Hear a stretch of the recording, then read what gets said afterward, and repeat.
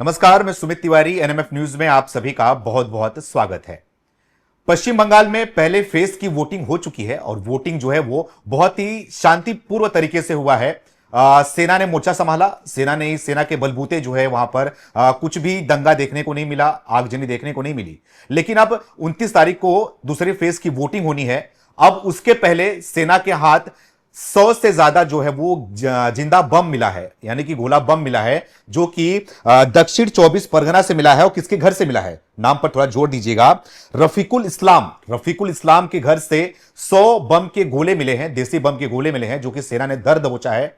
अब दूसरे फेज की वोटिंग होनी थी, उस पर जो है ये दहलाने की कोशिश की जा रही थी। इसी मुद्दे बातचीत करने के लिए हमारे साथ में हमारे सहयोगी रोहित पांडे जी जुड़े हुए हैं। क्या कहना चाहोगे रोहित जी कि जिस तरीके से सेना ने मोर्चा संभाला और शांतिपूर्वक तरीके से जो है वहां पर वोटिंग कराई, अब जो है सेना के हाथ 100 से ज्यादा जो है वो देसी बम मिला है, क्या कुछ कहना चाहोगे? बिल्कुल, सबसे पहले बता दूं कि ये जो जानकारी साझा की है वो बीजेपी के प्रवक्ता प्रदीप भंडारी ने साझा की है। उन्होंने ट्वीट किया है, वीडियो भी डाला है और बाकायदा उन्होंने लिखा है कि 100 live bombs recovered from TMC worker Rafiqul Islam house in Bhangarh.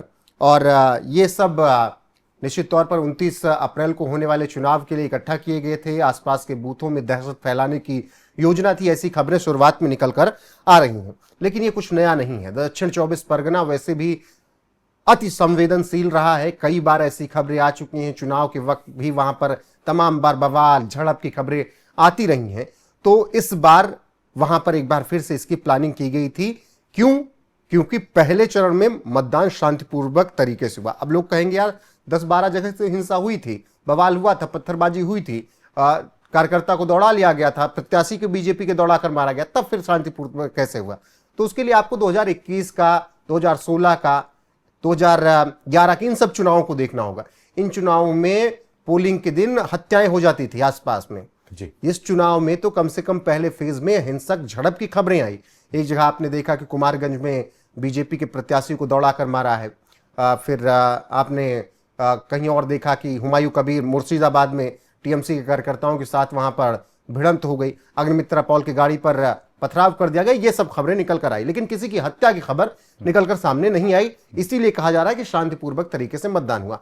अब ये शांतिपूर्वक तरीके से मतदान 29 अप्रैल को हो जाए, ये शायद रफीकुल इस्लाम जैसे लोग नहीं चाह रहे हैं। इसीलिए दहशत फैलाने के लिए ये 100 जिंदा बम उन्होंने इकट्ठा कर रखा था। लेकिन अब की सेना जिस तरीके से एक्टिव है, इन सब कट्टरपंथियों, इन सब अराजक तत्वों को हिसाब कर रही है। खबर यह है कि आसपास में जब जांच चल रही थी और चुनाव आयोग ने भी आदेश दे रखा था कि कोई भी बम बारूद कहीं भी मिलता है तुरंत जब्त कर लिया जाए जी। तो जब जांच चल रही थी तो इनपुट्स मिले सेना को। सेना ने फिर रफीकुल इस्लाम के घर में ठिकानों पर छापेमारी की और वहां से 100 जिंदा बम मिले। और शुरुआती जांच में फिलहाल ये निकल कर आ रहा है कि ये सामग्री जो मिली है ये मतदाताओं को डराने धमकाने के लिए इकट्ठा की गई थी।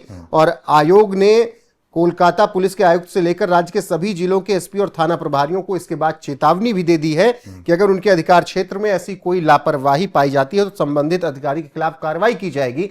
इसीलिए आप लोग अपने यहां पर जांच कीजिए, टीम बिठाइए, कुछ भी कीजिए, इस तरह कोई भी घटना नहीं होनी चाहिए। और 24 घंटे के भीतर सभी संदिग्ध और खतरनाक सामग्री जब्त भी किया जाना चाहिए। चुनाव आयोग ने सभी जिले के अधिकारियों को यह आदेश दे दिया है। तो आप इससे समझ सकते हैं कि केंद्रीय बलों की तैनाती और सिविल प्रशासन और पुलिस के बीच किस तरीके से बेहतर तालमेल की वजह से रफीकुल इस्लाम जैसे लोगों को पकड़ा जा रहा है, इनकी साजिशों को नाकाम किया जा रहा है। तो 29 अप्रैल को फिर से एक बार अच्छी खासी वोटिंग हो सकती है, क्योंकि लोगों में अब 23 अप्रैल के बाद ये अब बात अंदर खाने पहुंच गई है कि भैया आपकी हिंसा नहीं हो रही, हत्याएं नहीं हो रही हैं, तो लोग खुलकर बाहर आ रहे हैं। 92.88% वोटिंग पहले फेज में हो जाना, ये अपने आप में ही ममता बनर्जी के लिए परेशानी का सबब है। और वही शायद टीएमसी के कार्यकर्ता और रफीकुल इस्लाम जैसे लोग चाह रहे हैं कि उतनी वोटिंग ना हो।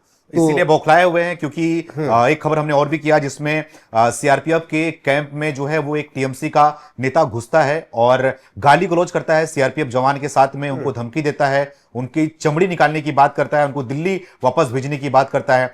तो क्या लग रहा है आपको कि इतने अच्छे तरीके से, इतने शांतिपूर्वक तरीके से वहां पर वोटिंग हो रही है, जिसकी वजह से जो है ये बौखलाए हुए हैं, और वही वजह है कि अब बौखलाहट में जो है सुमित कोई बहुत पहली बार या आखिरी बार तो नहीं दिखता है। हालांकि अगर 4 तारीख को बीजेपी आएगी तो उन्होंने दावे किए हैं कि अगर वो आ गए तो ये सब कुछ आखिरी बार होगा। इस तरीके के धमकियां, इस तरीके की गुंडई सब आखिरी बार होगी। और प्रधानमंत्री नरेंद्र मोदी ने इनफैक्ट यहां तक कह रखा है कि 29 अप्रैल को पोलिंग खत्म होते होते आप लोग अपने नजदीकी थानों में सरेंडर कर दीजिए, क्योंकि उसके बाद गुंडे माफियाओं और ऐसे अराजक तत्वों की बंगाल में खैर नहीं। हालांकि ये सब चुनाव के बाद की बातें हैं, कौन सत्ता में आता है कौन नहीं, उसके लिए 4 मई का इंतजार करना होगा।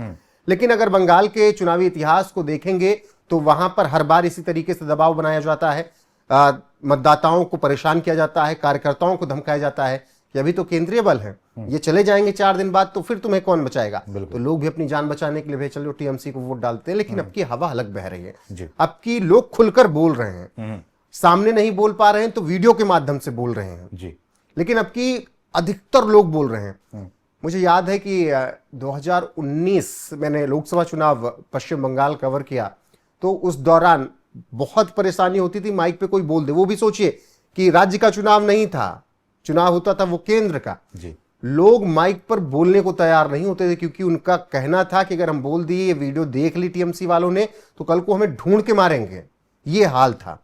और ये मैं ये नहीं कह रहा हूं कि बहुत आउटर आप चले जाइए, कि मालदा चले जाइए, आप नदी के पार बॉर्डर पे चले जाइए, वहां का नहीं, ये सिटी हार्बर का, साल्ट लेक का, ये कोलकाता का, एडन गार्डन्स के आसपास के लोगों का ये हाल था। सोचिए हावड़ा का, आज वहां परिस्थितियां बदली, कितने लोग गए हैं। पहली बार दिख रहा है कि इतने हिंदी पट्टी के रिपोर्टर्स ऑन ग्राउंड हैं। तो ये बदलाव आया है, और ये बदलाव शायद टीएमसी के कार्यकर्ताओं को बर्दाश्त नहीं हो रहा है। ये बदलाव अब वहां की जनता में भी दिख रहा है, वहां के जो हिंदू हैं उनमें भी दिख रहा है, क्योंकि काफी ऐसे वीडियो सामने आ रहे हैं जिसमें वो खुल के बोलते हुए भी दिखाई दे रहे हैं। वहां की एक वीडियो सामने आई थी जिसमें एक बच्चा था और उसकी मां थी, साथ में वो लोग खुल के बोलते हुए नजर आ रहे थे। वहां पे एंजॉय कर रहे थे इलेक्शन को, जो कि एक त्योहार की तरह आता है, 5 साल में एक बार आता है। इस बार लोग खुलकर बोलते हुए भी दिखाई दे रहे हैं। अब खास करके बीजेपी की बात करूं तो बीजेपी भी जो है इस बार वहां पर फ्रंट फुट पर खेलते हुए नजर आ रही है। इसके पहले जो है बीजेपी भी शांत रहती थी, लेकिन इस बार शुभेंदु अधिकारी की बात करें तो वो भी बोल रहे हैं कि अगर तुम जो भी करोगे मतलब कि ईंट का जवाब जो है पत्थर से दिया जाएगा, अब शांत नहीं बैठने वाले।